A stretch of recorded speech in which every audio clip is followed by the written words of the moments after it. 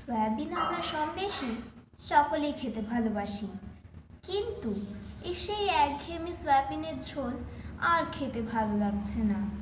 চিন্তা নেই, সেই প্রবলেমের সলিউশন নিয়ে আমি ছোট্ট সোহিনীতে একটা নতুন সয়াবিনের রেসিপি নিয়ে চলে এসেছি।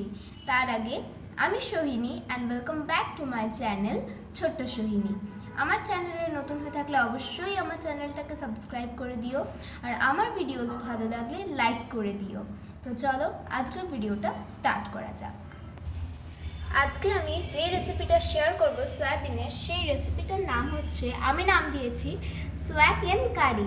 কারণ সয়াবিনটা পেঁয়াজ রসুন দিয়ে রান্না করলে অনেকটাই চিকেনের মতন খেতে লাগে, আর এটা আমি নাম দিয়েছি সেই জন্য সয়াবিন কষা। তো অন্য কি নাম দেওয়া যায় তোমরা আমাকে কমেন্টস করো। তো এখানে দেখো, আমি কড়াইটাকে গরম হতে বসিয়ে দিয়েছি। কড়াই গরম হয়ে গেছে আর এখানে আমরা তেল দিয়ে দিয়েছি। এরপর তেলটা গরম হয়ে গেলে আমরা একে একে ফার্স্টে সয়াবিনগুলো ভেজে নেব। এখানে তেল গরম হয়ে গেছে আর আমরা সয়াবিনগুলো ভাজা বসিয়ে দিয়েছি। তো চলো সয়াবিনগুলো ভেজে ভালো করে সয়াবিনগুলো কিন্তু একদম ভেজে নিতে হবে। এর আগে তো সয়াবিন সেদ্ধ করাই ছিল। সয়াবিন আর আলুটা আমি সেদ্ধ করে নিয়েছিলাম, তোমরা চাইলে আলুটা নাও সেদ্ধ করতে পারো, বাট আমি সেদ্ধ করে নিয়েছিলাম। সয়াবিনটা ভাজার সময় এখানে একটু নুন দিয়ে দিল। সয়াবিনটা ভালো করে ভেজে নিতে হবে, আর সয়াবিনটা ভাজতে গেলে যেহেতু একটু বেশি তেল লাগে, সেই জন্য তোমরা একটু বেশি তেল দিও। দেখেইছিলে আমার তেলের পরিমাণটা আমি কতটা দিয়েছিলাম। এখানে দেখো সয়াবিনগুলো মোটামুটি ভাজা হয়ে গেছে। যখন এরকম হালকা হালকা গোল্ডেন কালার চলে আসবে, তখনই তোমরা বুঝে যাবে যে সয়াবিনগুলো ভালো মতোই ভাজা হয়ে গেছে। এখানে আরেকটু ভাজতে হবে, কারণ এখনও একটু গোল্ডেন কালারটা আসেনি, আর একটু ভাজলেই গোল্ডেন কালারটা চলে আসবে। হালকা হালকা চলেও এসেছে, আর একটু ভাজতে হবে। এখানে দেখো সয়াবিনগুলো ভাজা হয়ে গেছে, ওই জন্য সয়াবিনগুলো এখানে এখন তুলে নিচ্ছি। সয়াবিনগুলো এখানে তুলে একটা জায়গায় রেখে দিচ্ছি। সয়াবিনগুলো ভাজা হয়ে গেছে, এরপর আবার কড়াইতে তেল দিয়ে দিলাম। এখানে তেলটা গরম হয়ে গেছে, এরপর আমরা ফোড়নে দেব এলাচ, দারচিনি আর গোটা জিরে। এখানে এলাচটাকে একটুখানি থেতো করে নিয়েছি। এরপরে চলে যাচ্ছে গোটা জিরে, গোটা সাদা জিরে। এরপরে ফোড়নটাকে চলো ভালো করে ভেজে নিই। ফোড়নটা ভালো করে ভাজা হয়ে গেছে, এরপরে আমরা একে একে সব আলুগুলোকে ভেজে নেব। এখানে অল্প একটু নুন দিয়ে দেওয়া হলো, এরপরে আলুগুলোকে ভেজে দেবো। তো এই রান্নাটার ফোড়নে যদি একটুখানি গোটা গরম মশলা, যেমন এই এলাচ, দারচিনি এগুলো দেওয়া হয়, তাহলে কিন্তু খুব সুন্দর একটা স্মেল আসে রান্নাটার, আর খেতেও ভালো হয়। আর এখানে ফোড়নে কিন্তু তোমরা চাইলে তেজপাতাও দিতে পারো। এখানে দেখো আলুটাকে ভেজে সাইড করে রেখে দিয়েছে। এরপর এখানে দিয়ে দেওয়া হবে পেঁয়াজ কুচি, আদা রসুন বাটা, আর হচ্ছে লঙ্কা। ঝালটা অবশ্যই তোমরা তোমাদের টেস্ট ওয়াইজ দিও, ঝাল আর নুন এই দুটো, কারণ এই দুটোর পরিমাণ যে যেমন খায় তাকে সেরকমই দিতে হবে। তো এখানে আলুটা সাইড করে পেঁয়াজ, আদা রসুন বাটা আর লঙ্কাটাকে ভালো করে ভেজে নেব।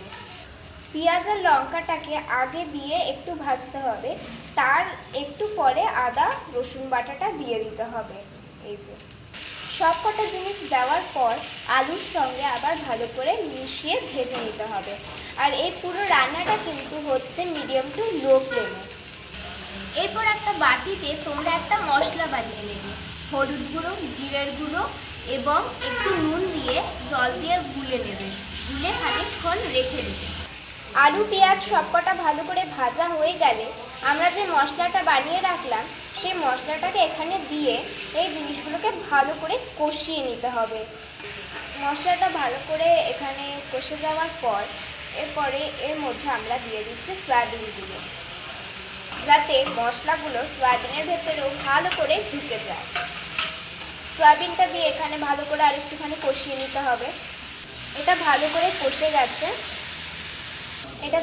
কষে গেছে, এরপর জিনিসগুলোকে আরেকটু সেদ্ধ হওয়ার জন্য এখানে একটুখানি আমরা জল দিয়ে দেব।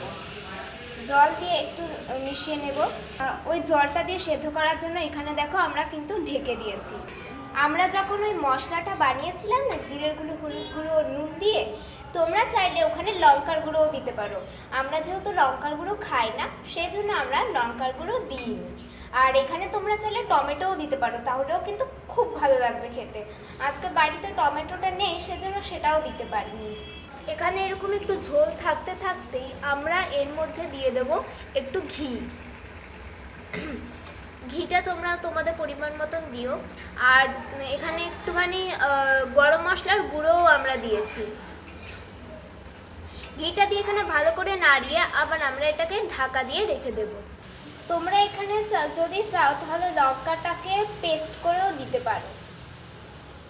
দেখো এখানে আমাদের সোয়াবিন কষা কিন্তু একদম মোটামুটি হয়ে গেছে, মোটামুটি না হয়েই গেছে। আর মাঝখানে একবার আমরা ঢাকাটা খুলে যে লঙ্কাগুলো দিয়েছিলাম ওগুলোকে একটু পেস্ট করে নিয়েছিলাম। এই দেখো এখানে আমাদের সোয়াবিন কষা একদম রেডি অ্যান্ড সার্ভড। কত সুন্দর দেখতে হয়েছে, আর গন্ধটা যা বেরিয়েছে না, একদম ডিলিশিয়াস। তো তোমরা অবশ্যই এই রেসিপিটা বাড়িতে ট্রাই করো, আর ট্রাই করে আমাকে কমেন্টসে জানিও যে এটা কেমন লাগলো তোমাদের খেতে। আর আমার এই ভিডিওটা ভালো লাগলে লাইক করে দিও। আর তোমার যারা বন্ধুরা আছে বা রিলেটিভসরা আছে যে এরকম সয়াবিনের ঝোল খেতে খেতে একঘেয়ে লাগছে, তাদেরকে এই রেসিপিটা অবশ্যই শেয়ার করে দিও। দেখা হবে অন্য কোনো একটা ব্লগে। বাই।